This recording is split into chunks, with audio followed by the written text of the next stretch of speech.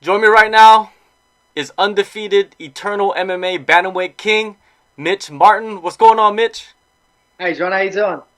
Good, good, man. This is my first time talking to you, so I'm gonna ask you some questions about your martial arts background. When did you first start mixed martial arts? Mixed martial arts. I'd probably say about 8 years ago, 2011. Yeah, sort of around that sort of time, I guess. Yeah, Who got you into it? Like, did you naturally transition into mixed martial arts from other martial arts, or how did it all happen?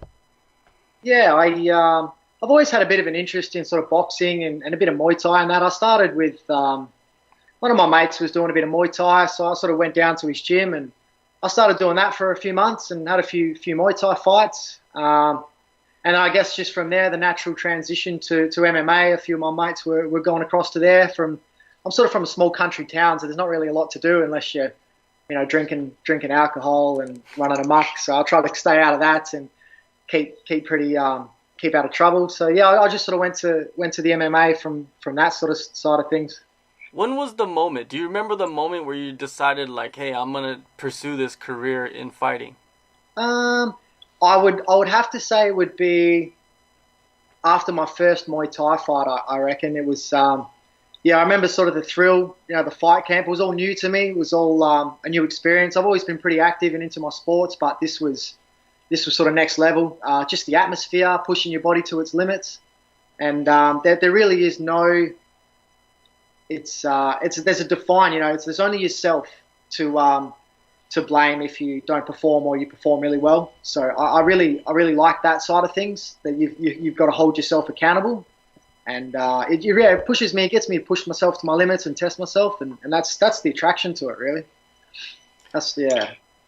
As an up and comer, you must have a career outside of MMA. What is your career, and how do you manage to organize everything, while working another job? Yeah, unfortunately, it doesn't quite pay the bills fighting on its own. So I do have to have another source of income. At this stage, just being I'm an electrician. So at the moment I've been super lucky to find a job that's really accommodating for my fighting and my training. So I sort of start super early, but I finish early as well. So installing solar systems, and yeah, you're out in the sun all day. It is quite labouring and intensive, but you just got to be super efficient with your time. And I guess you've just got to, again, you've got to hold yourself accountable for the training, and you've just got to get yourself there and get it all, yeah, get it all under control. With your life admin, you've got to have procedures, and I guess after work, you sort out, try and do it all on the go. But yeah, it's one of the hardest things is managing your time, especially if you got like a full-time job and then you fight training. Fighting is actually a lifestyle. People don't really understand that it is a lifestyle. You got to change your whole mentality and how you do things outside of just training, your diet and your recovery and your sleep. And yeah, so it is hard. It's definitely hard. You just got to kind of find a system and a rhythm that suits you, I guess. Well, it seems like you found a great system, a great rhythm, because your career has been going upward.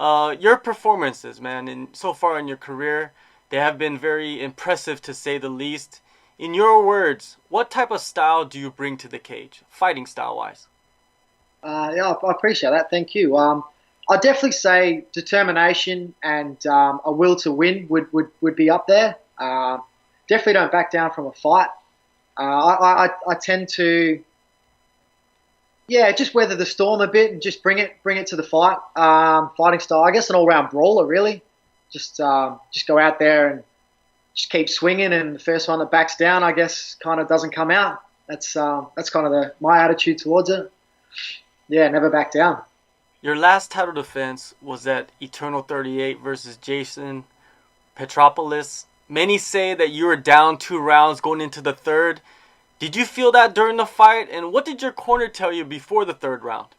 Yeah, 100%. I definitely felt that through the whole fight. He was a big boy. He's strong, super strong. Really good wrestler and ground game, and we sort of knew that going into the camp and into the fight. So my main concern was obviously submissions and being submitted. So that was what I mainly trained for. So I did have that in mind a lot, and I just sort of I sort of took things a little bit more slower, weathered the storm a little bit again. He was on top of me for 2 rounds, and he just took me down. He just sort of weathered me down a lot, and I was exhausted towards the end of it. Coming out of the third round, we were both exhausted, and I sort of saw a look in his eye that told me that he was more exhausted than I was, and that's kind of where I got a little bit more energy and managed to, just turn it around and get the finish. I guess I'm going to have to attribute 90% of that fight to my corner. There was a spot there, probably in the last 2 or 3 minutes of the last round, where I was in a compromising position and I could just hear and see my corner, and they're just shouting at me that I've just got to give that little bit of effort, and just the encouragement they gave me really inspired me to keep going, and it worked 100%. My team, they're like my family, so they definitely inspired me to turn that around, and yeah, that definitely helped. You mentioned you worked a lot on the ground. He had you in some vulnerable positions throughout the first 2 rounds. Yeah, did you feel in extreme danger at any moment? Yeah, 100%. A couple of moments, especially with I knew he liked to go for a lot of leg locks and that side of things, and that was something that I did train a lot with. And yeah, there were a lot of times where I thought that, okay, this is it. He's going to submit me here. And lucky, I just managed to pull through, and it didn't happen. And then there was another time he was on my back as well, almost I had his hand around my neck. I was like, this is under my chin, this is in deep. And then, I guess the sort of training kicks in, and you just kind of, the fight syndrome hits you, and you just sort of, soldier on. And I managed to reverse it. And yeah, I was considered myself pretty lucky there a few times.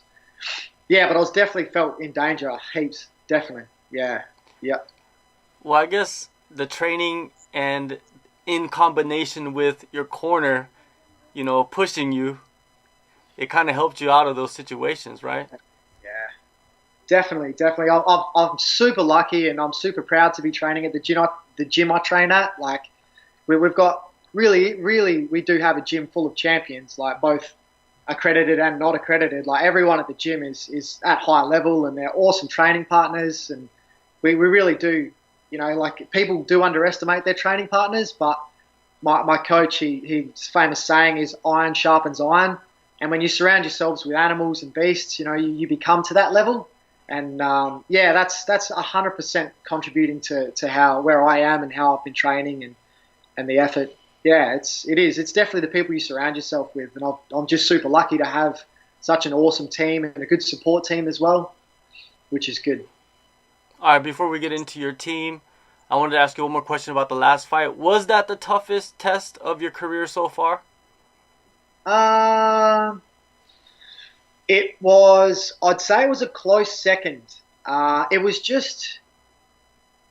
very interesting. One of my first fights was against Kairin Moses, and that was taken on just under a week's notice at 2 weight divisions above. So that was at 70 kilos, and he, in the first round, in the first sort of engagement, I went for a takedown, he reversed it, he was on top, and he actually dropped a couple of elbows and fractured my orbital, and consequently gave me a concussion. And that was in the first round.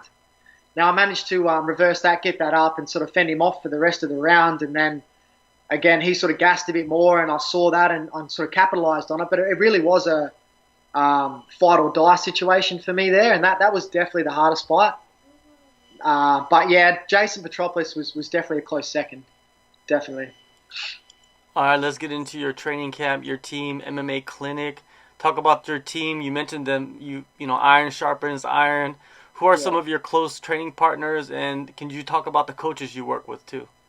Oh, 100%, definitely. So at our gym, our main head coach, Ben Vickers, he manages the MMA Clinic Perth side of things. He's also co-owner of the Eternal MMA show. And again, he's an amazing coach. I really look up to him. He's inspired me a lot. He always says the right things in the corner, and I'm super lucky to have his wisdom and guidance along. He always knows he's always been looking out for me. He's more like a father figure as well, which is really good. We have a really good bond. So yeah, he's the main one. Strength and conditioning coach, I've got another Jason. He's super good for that, the strength and conditioning side. And then obviously you've got all the other fighters. Jack Della, the Eternal champ as well. Ryan Gray's another close friend and training partner of mine, similar weight. He's the featherweight champ. So we do have a gym full of champions. And then, yeah, we've got a pretty good fight team. I think we have 10 to 15, fighters that fight regularly. So everyone's super fit, puts the pace on. Yeah, so it is about the team, really. Yeah, I'm also super lucky. My girlfriend, Stacey Ward, she actually trains as well and fights, and she's always keeping me on my toes, and yeah, that's good fun, always supporting me. It's good to have someone right by your side that knows what you're going through as well, and she's always been there for me, and it's, yeah, I'm super proud to have her by my side as well. How So, has yeah, training camp been going so far? it's good. The beauty of having well, I say so many, but being this deep in a career is that you know how well your body functions and you know how well it reacts to certain things you do. So you can sort of fine tune your training, your diet, your recovery. So each training camp, I'm not going to say it ever gets easier, but it's more clearer and you get more focused on where you want to be, where you're at, what you need to do. So it does become more manageable, I guess, in that sense. So you can see a clear direction of where you're heading and where you're going to be and where you are. So yeah, it is good. Yeah, I like you sort of know where you're at, what you need to do, and it does make it more manageable, definitely. But yeah, it's always hard. You're always sore, you're always tired, you're always hungry, especially managing a full-time job and cutting back the calories here and there. But always getting beaten up by the big guys. So yeah, it's nothing you don't take lightly, I guess.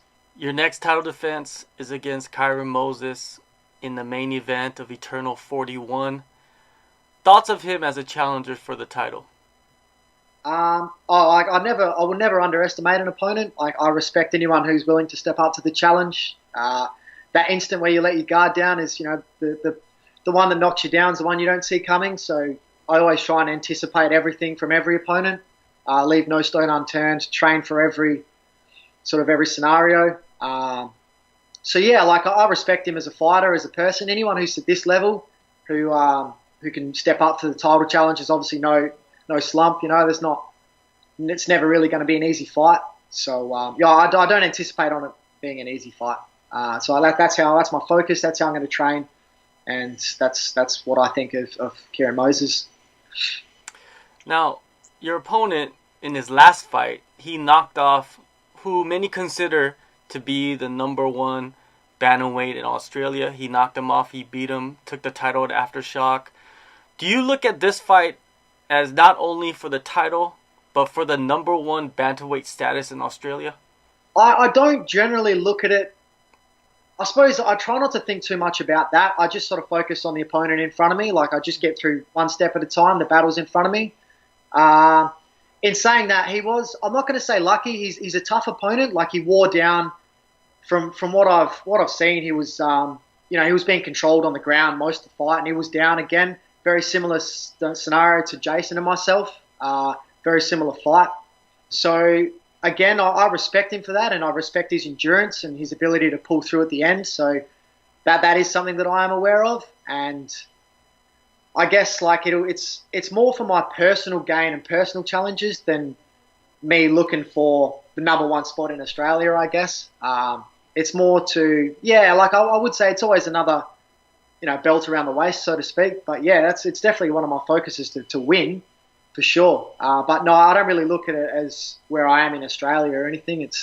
I'm #1 in Eternal, and that's all that counts at the moment. So yeah, for bantamweight, that is, of course. No matter what happens, you are one of the best guys out there in Australia at bantamweight, probably pound per pound. That's not signed by, one of the major promotions. Is your plan to get signed by the UFC eventually, or are you looking to live that prize fighter lifestyle and sign a contract to the highest bidder? Oh, at the end of the day, you're only as big as your own lunchbox, I guess. So you've got to kind of expand out and really test yourself. If you're not struggling, you need to go into a bigger pond. There's always a bigger fish out there. There's always someone better, and you don't know that until you push yourself to your absolute limits, and you don't know where your limits are until they're tested, I guess. But yeah, it's every fighter's dream to fight in the UFC. That's the top. That's where it's at. That's the most broadcasted, the most well known. They've got some of the best fighters in the world there. So yeah, 100%. That's my dream to fight in the UFC.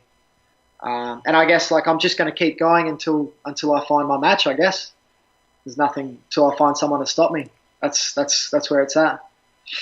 All right, well, you continue your campaign on March 2nd in the main event, Eternal MMA 41. Thank you, Mitch, for your time, and good luck on your fight, man. Thank you, John. I really appreciate that. Thank you.